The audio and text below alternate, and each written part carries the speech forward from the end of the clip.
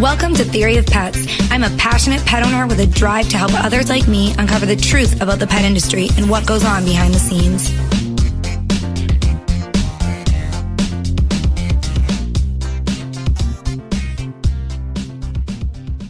Today I'm welcoming Deb Jarrett to Theory of Pets. She is the founder of Dharamsala Animal Rescue. It is a rescue in India. Deb went to India. It started as a trip for pleasure and turned into a passion project for her, rescuing animals over there. So I have her on as a guest today, and I'm going to let her tell you a little bit about her story and some of the differences about rescuing animals in foreign countries and around the world that we just don't see here in the United States. My name's Deb Jarrett, and for the past 10 years, I've been working in India, rescuing stray animals on the street. Prior to that, I worked in technology for a really long time, and life was good. I was living in Boulder, Colorado, and San Francisco, and snowboarding and drinking great wine, and but I also love to travel, and travel was always great. It got me sort of out of my head, gave me a great perspective on life, and one year I was really just kind of wondering where to go next, and I was 40 years old, and I kept thinking I needed to do something big or drastic, and thinking how I could change my life in some way, but not really sure how, and I was talking to a friend of a friend, and he just looked at me and said, well, if you really want to fuck with your head, you really need to go to India. And so that was how I made my decision to go to India, because of that comment. And I ended up booking my ticket for just a little bit after my birthday, so it was May of 2008, and I was going for 3 weeks, and I decided I wanted to go and do some volunteer work while I was there. And because I've been working in technology for years, and I'm a lifelong feminist, I thought that I could possibly help with women, teach computers, help them with businesses, and that's kind of what I signed up for. So I kind of thought I had an idea what I was getting myself into, but I can be the first to tell you that you can never plan anything when you go to India. Nothing goes the way you want it to or the way you think it's going to. Every day is a surprise. Every day is a new experience. And when I got there, I found out that all of the women that I was supposed to be working with were actually in the fields cutting wheat, because it was harvest season and they needed to be working and making money for their families that way. So I ended up with working with children that were between 4 and 5 in a government-run preschool. And I like children, but I am not a person who's always wanted a baby or grabbing all my friends' kids. That has changed a bit since I now have a bunch of nieces and nephews. But at the time, it was a big challenge to be working with small children and on a dirty floor in India, where they didn't come with change of clothes, where they peed their pants, and the only other Indian woman in the room was sort of sitting in the corner watching me fail. But what happened during that time was every day I walked to work, I noticed all of the animals, specifically the dogs, living on the street, not in very good condition. A lot of skin problems. I would see shaking, dying little puppies like in a corner. Now I know they probably had distemper or something, but at the time I didn't even know what I was seeing. And then one day I even saw a dog got hit by a car, and everyone just kept walking like nothing had happened. It was just nuts. And the thing is about India, though, like everywhere you're looking, there's something like that. Like there's probably a person who is, scooting along on a makeshift skateboard because they had polio or they're missing a limb or something. So, and they're walking by people too. But to see something get hit and nothing to be done, that was just really, really upsetting to me. Absolutely. Yeah. And then in the preschool itself, there was a dog that skin was just all scabby and mangy and bloody, and he wasn't really moving. He wasn't moving at all. And I kept kind of asking people who lived near the preschool, even the teacher, like, hey, is there a vet? Is there anyone to call? And everyone just sort of shrugged their shoulders. They basically couldn't seem to even understand why I would be asking the question. So it was really heartbreaking. I would go home every day after my school placement, my volunteer placement, and just sort of sit in my room and try to take some deep breaths and really wonder what the hell I had, just done by taking myself to India or traveling there. Like, it was a little overwhelming. Then one day I met a guy who told me he had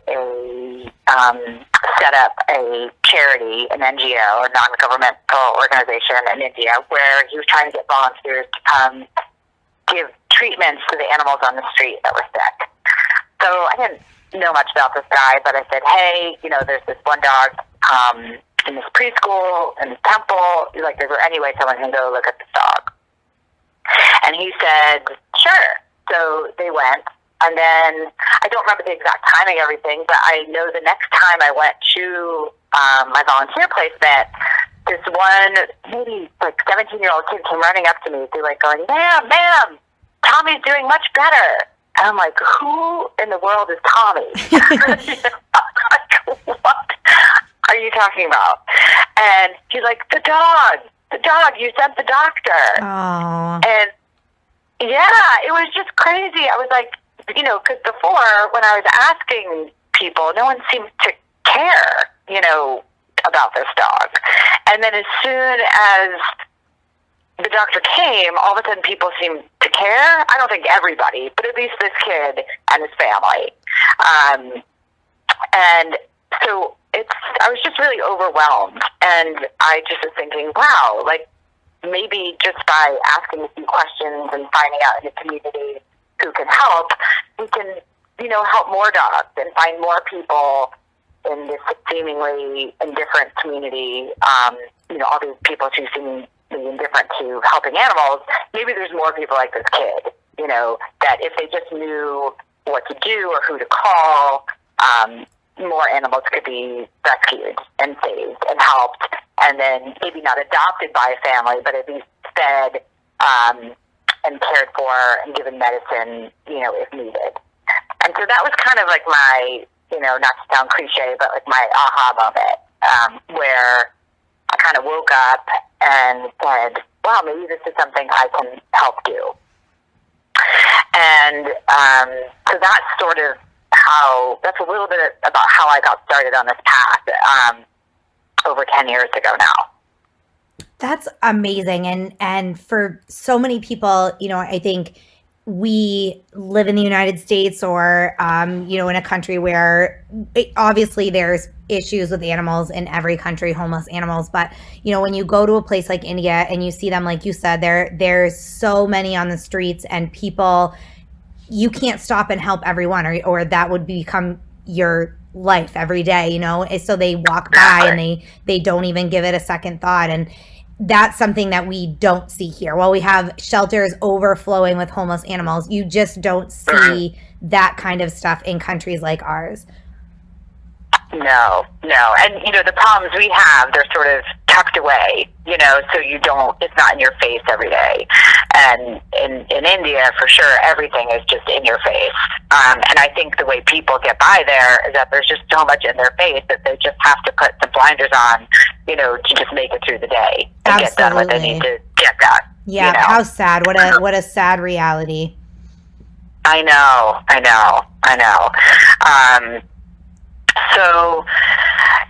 So I ended up going back to the United States and starting a charity here And the whole object of the charity was just to raise funds to get a project going on the ground there. But this may be for another podcast, but the reality of it is that when you're working in developing countries, and I'm sure even here too, sometimes money going to charities is not going where it's supposed to go. So unfortunately, for the first 3.5 years I was doing this, I was sending money there, raising money here, sending money there, visiting once a year. So there was definitely work happening. One of the main projects we worked on and still are working on is just spaying and neutering as many of the homeless pets that we can with the funds we have, because really the only way to make any difference in the long term is to really try to get the population under control. The other thing that we do is we vaccinate all these dogs for rabies. But anyway, what I realized was over time that a lot of the money I was sending was just not getting to the animals. And I had to make a decision in 2012 whether I was going to pull funding altogether and just stop the work, or I was going to have to move there to really monitor the money on both ends. And because I'm an idiot, because I like self-torture, I'm just kidding. Because actually, in reality, I had people in the community that were really supporting me to make this decision and trying to make a shift as easy for me as possible, and also people who had now gotten used to the service of a group in town that was rescuing animals and doing the spay, neuter, and vaccination program, saying, please don't, abandon us. Here's what we can do to help you if you actually come live here and keep this thing going. And because I just fell in love with the Indian stray dog, I decided to make the move. Yeah, no, that's fantastic. And thank you so much for the work you do. So many people obviously wouldn't be able to make that sacrifice. So, it's amazing that you did that. And thank you from all of us dog lovers and cat lovers, pet lovers out there that are inspired by that. Thank you very much for your work.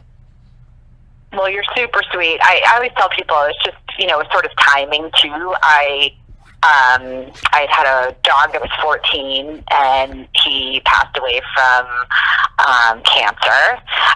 He had a great life. So, and then I had broken up with a boyfriend, and then the company I was working for was going through a merger, and I could get a nice severance package. So it was just sort of all came together at the right time that I was able to make that move. And I don't have children that are relying on me. So it was just, I think, definitely a timing thing that made it an option that was even available to me, to make that move. Absolutely. And when we're talking about, all these animals on the streets, and no matter what country you live in, what area you live in, there's rescues and shelters all around the world working to help homeless, abandoned animals. So can you talk about the importance of saving one of those rescue animals versus people who purchase their dogs from pet stores or breeders? Oh my God, yeah. I don't want to sound all soapboxy or get all angry, but and I'm not sure if we bring this to other countries, but when you go to other countries, you sometimes see like the impact American movies and things have had on other countries, whether it's fast food, McDonald's or Starbucks, or another thing is just maybe what people think is a status symbol of having a breed dog. As at a place in India, like we're saying, like here, the homeless animals are at least all tucked away, so people aren't seeing it right in front of them. But in India, there's thousands of dogs in the street. They actually say there's 35 million stray dogs in India. Wow. Yeah. And just in Dharamsala, It's crazy. And just in Dharamsala, we have done a couple scientific stray dog population counts to try to get an idea of how many dogs that we actually have there.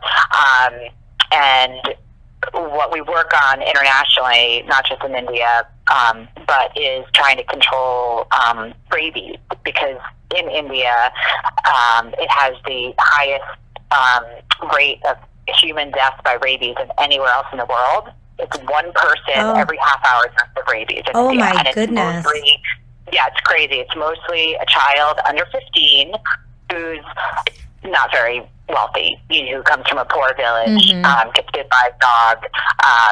His parents don't know what to do. His parents think putting turmeric on it might work. His parents think drinking some holy water might work. And in reality, the only thing that's work is get that kid to the hospital and get him his post-exposure vaccination. Right.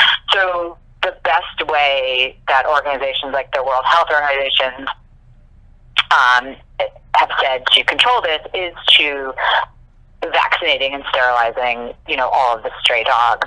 So if you start adopting breed dogs and then breeding them, all you're doing is adding to the problem, and what we've seen over and over again is people adopting a Labrador, not neutering it, letting it roam around, have sex with all of the street dogs, therefore adding to the population, and it's just adding to the rabies problem.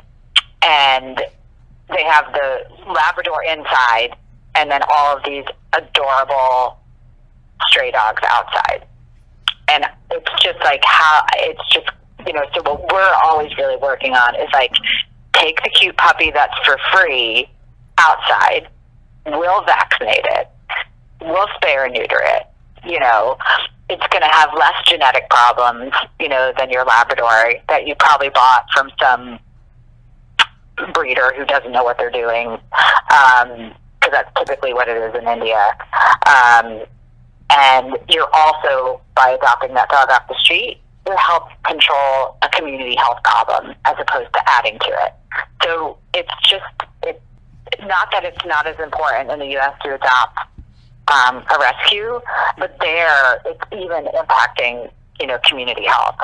So it's just something we are constantly trying to educate the community about and get into the community about and talk to them about this.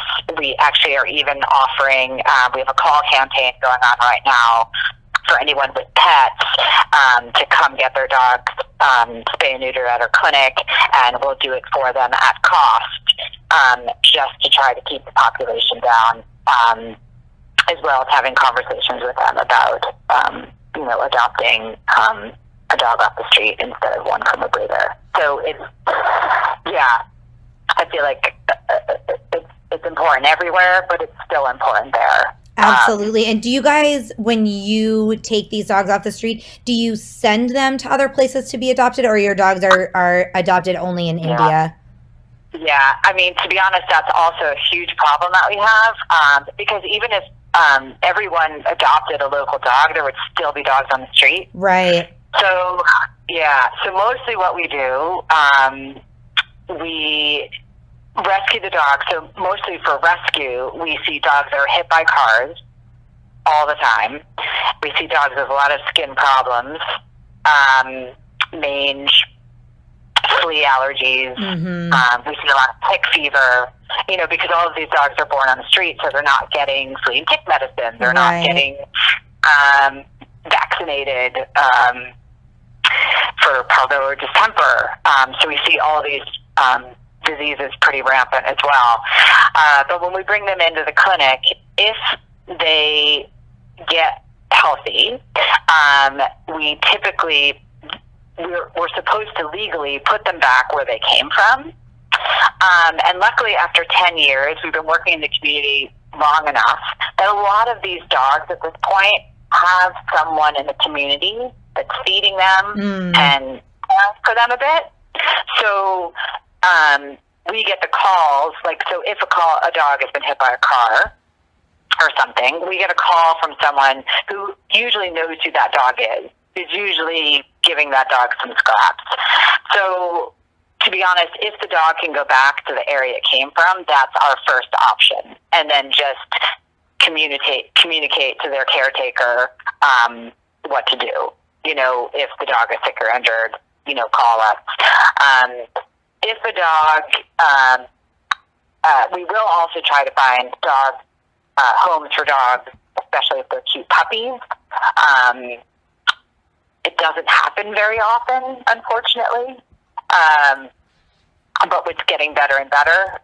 We just got 2 dogs adopted this month. One cute puppy that had just recovered from 2 broken legs, and another dog that had actually been with us for a while, who even has a long-term sort of brain injury. So that was pretty fun. Yeah. I know. And we don't have a sanctuary set up, so it's not like we're just keeping tons of dogs with us. But we do have certain dogs that we know that we can't put back on the street and we won't get adopted locally, and they become permanent residents, or we try to find them homes in Canada or the U.S. In my mind, I don't want to send tons of dogs out of the country because every country has their own problems with overpopulation. But what we have found is that certain people, thank God, are fine adopting a dog from us where only one leg works properly, but she's as happy as can be.